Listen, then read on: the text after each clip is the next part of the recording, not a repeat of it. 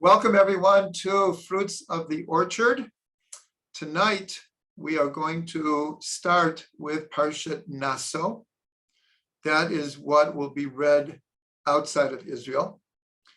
And we're going to concentrate on the gifts of the princes at the dedication of the Mishkan. Last week we discussed why this whole segment is in Parshat Naso when it's out of chronological order. And for those who want, you can listen to the archives, what we discussed. Tonight, we're just going to discuss the actual gifts that the princes brought and a deeper meaning to them. But first, we have to have a certain context. These gifts are being given at the dedication of the Mishkan, which was on the first day of the month of Nisan, Rosh Chodesh Nisan. This is going back all the way to the book of Vayikra, where we already went over the dedication of the Mishkan, starting with Parshat Vayikra and continuing for a number of parshas. It's a very, very important day in the Jewish calendar. And according to tradition, it's called the Day of the 10 Crowns. Why is it called the Day of the 10 Crowns? Because the Kohanim and the Levim began the service in the temple. And so therefore, it was a first for all the different elements of the service. And so it was called the Day of the 10 Crowns. But Rosh Chodesh Nisan also has a tremendous significance because this is the year before. This is the day that the first mitzvah was given to the Jewish people, that the month of Nisan will be the first of months for you. And according to tradition, it's actually the day in which the world was created. So the establishment of the tabernacle on this day fulfills the actual purpose of creation, of making a dwelling place for God in this world. So that introduction is very important to understand the gifts that the princes brought. Now, if you read it in English, you would say, okay, they bring a bowl, and it has some incense in it, and they brought some animals. What are we supposed to learn from this? Now, the interesting thing is, as we discussed last week, this is the longest Torah portion, 176 verses. And the reason it's so long is each of the princes of the tribes brings the very same offering, exact same offering. And the Torah, instead of just saying, and the 12 princes brought these gifts, instead it goes through all 12 and it repeats it over and over and over again. So one of the meanings of this is the saying that was coined in the 60s from Marshall McLuhan. He was ahead of his time for what we call social media. He coined the phrase, the medium is the message. In other words, the way something is given over, expressed, spoken, is part of the actual message. So the message here is, the Torah could have really cut corners here and just said, the 12 princes brought these offerings. But it goes through all of them. And the point being that every tribe needed its place. Every tribe had to be recognized for their uniqueness. Now, the paradox here is they all brought the exact same gifts. And there is a midrash that goes through the gifts, but that each tribe had a different intent for the very same gifts. Nonetheless, what we're going to do now is Rashi, some of the, in modern terminology, some of the farthest out Rashis in the entire Chumash are explaining these gifts. And you'll see in a minute, the reason I'm saying this, because Rashi employs very Kabbalistic terminology and meaning to these gifts. And afterwards, we're going to understand why Rashi is saying what he's saying. At the end of his long explanation, he says he received this from Moshe the Darshan. In other words, Rashi received this as a tradition, as the intention of the gifts. So I'm going to read it in Hebrew and English. The gifts, for those who want to follow, it's in chapter 7 of Bamidbar. And I'm starting with verse 13, 7:13, if anyone wants to follow it. So I'm going to read it in Hebrew because he's basing so much of his explanation on gematria. Now, Rashi does bring gematria here and there in his explanation, but never so concentrated as right here, as we'll see right now. So here are the gifts of the princes. Ka'arat kesef achat, one silver bowl. So what does Rashi say about the silver bowl? He says that the gematria of this term equals 930. And he explains 930 is the age of Adam. Adam lived to be 930. What was in this silver bowl? The bowl weighed 130 measures. Shloshim u'me'a mishkala. That was its weight, was 130. Rashi says, why 130? Because this is how old Adam was when he gave birth to Shet. Shet was born after Cain killed Abel. So he was 130 years old, and he had separated from Chava for 130 years. Then it says, Mizrach echad kesef. Then there was one silver basin, and it weighed shivim shekel b'shekel hakodesh. It weighed 70 shekel. So he says that this silver basin, the gematria of the silver basin is 520. And he says this represents that Noach was 500 years old when he gave birth to children, plus the 20 years before that God had already told him about building the ark, and he was going to destroy the world. That's how Rashi explains the numerical value of this silver basin. Why 70 shekel? Why does it weigh 70 shekel? Because from Noach come 70 archetypal nations. This is all Rashi. Shnehem meleim solet belula b'shemen lemincha. So both the silver bowl and the silver basin were full of finely prepared flour for a mincha offering. So what does Rashi say about this? So he says that, he doesn't comment on that.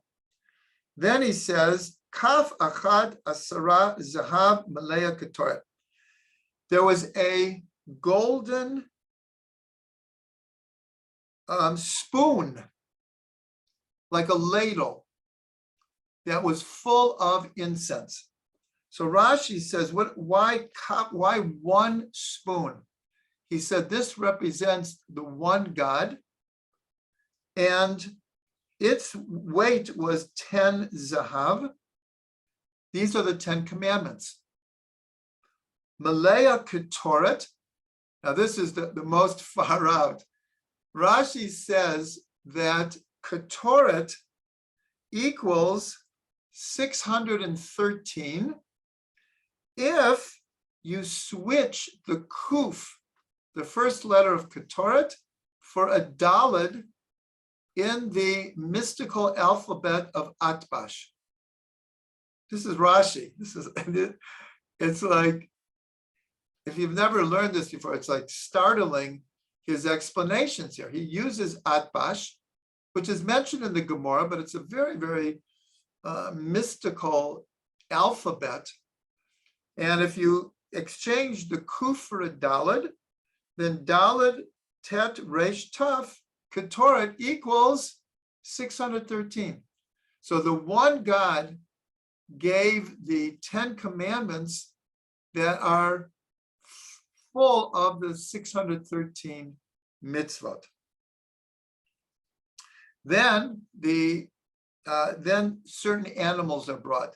Parachad ben bakar, one bull. Rashi says this is for Avraham, because when the three strangers came, this is what he ran to get a bull to shecht to feed them. Then it says ayil echad, one ram. This is for Yitzchak, because at the binding of Yitzchak, Akedat Yitzchak, Avram replaced Yitzchak with a ram after the angel said, don't touch him. So the ram is for Yitzchak. Keves echad ben shanato la'olah, and one lamb. The lamb is for Yaakov, because Yaakov was able to take the sheep of Lavan and transform them into his herd. This is the whole story in Parsha Vayetze. And then it says, Sir izim echad lechatat, one goat for a sin offering. This is for Yosef, because when the brothers sold Yosef, they took a goat and they dipped Yosef's coat of many colors in the blood of the goat to show their father as if a wild animal had eaten him. But here it's brought as a sin offering. They need a tikkun for this. And then lezevach hashlamim, and then peace offerings. What made up the peace offering? Bakar shnayim, two oxen. Who are these for? Moshe and Aaron, because they brought peace between Israel and God. These are peace offerings. And then it says, as part of these peace offerings, Elim chamisha, atudim chamisha, kvasim b'nei shana chamisha. And then at the end is 5 rams, 5 male goats, and 5 sheep. So what does Rashi say that stands for? There are like 3 different 5s here. So he says this is for a people that will be that are divided into 3 divisions: Kohanim, Leviim, and Yisrael, and for a Tanakh, for a Bible that will be divided into 3 divisions: Torah, Nevi'im, and Ketuvim, the 5 books of Moses, the prophets, and the writings. And he ends off by saying, but why 5 of each? And there are 3 5s. So he says, is the 5 are for the 5 books of Moses, and the other 2 5s are for the 5 commandments on each of the tablets of the law. This is the Rashis. It's like, whoa, what is Rashi trying to tell us? What are these gifts? So the way we can understand this, again, that's why I started with the understanding of the context of the day. This is Rosh Chodesh Nisan. This is, in a sense, the culmination of the purpose of creation. And just like creation comes through 10 mamarot, 10 expressions, God spoke the world into being.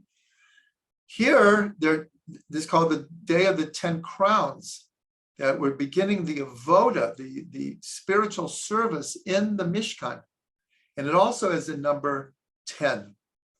And so this is a day full of opportunity for rectification. So now if we go back and we follow what Rashi has said, he starts with Adam, and then Shet, and then Noach, and then the 70 nations, Avram, Yitzhak, Yaakov, Yosef, Moshe, Aaron, and the giving of the Torah. So what Rashi is alluding to here is that the intent that he's explaining is that they wanted to fix the whole world from its inception. Obviously, humanity made a lot of mistakes along the way. And here, they felt this day, in Hebrew, it's called an Eit Ratzon, a time of favor. This is a very, very important term, that there are certain times in history where things just come together in a certain way where huge change can occur. Enormous rectifications can be made. And so that's how we understand these Rashis, that the princes saw this day as pregnant with meaning, pregnant with opportunity for tikkun. And without getting too deep in it, if you remember, this is the day that Nadav and Avihu, in their great enthusiasm, bring an offering into the Holy of Holies. And they died in the process. And the sages give us a whole list of possibilities of what they might have done wrong.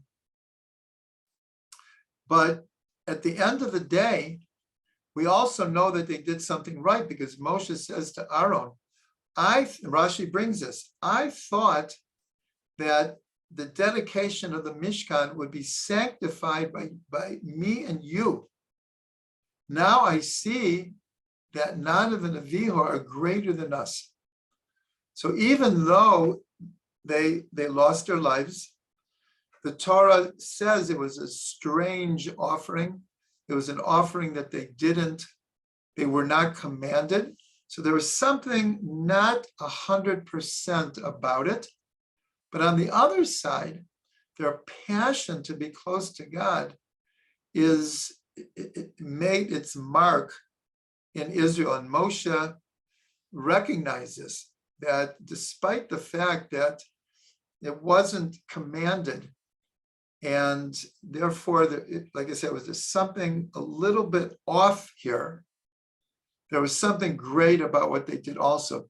And because they realized that this was a day that they could change history. So just to apply this to our own selves and the world around us, we'll just take a few examples. Let's say there's two people who even family members who just don't get along, which is, of course, heartbreaking. They have parents and children, or siblings, or grandparents and grandchildren, and there's some break happens, and there's just distance. But then something will happen in the family. There could be a crisis. It could be that someone passes away.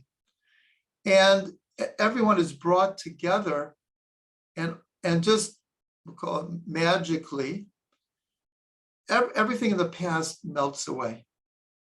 It's just the opportunity, an eight ratzon for rectification presents itself.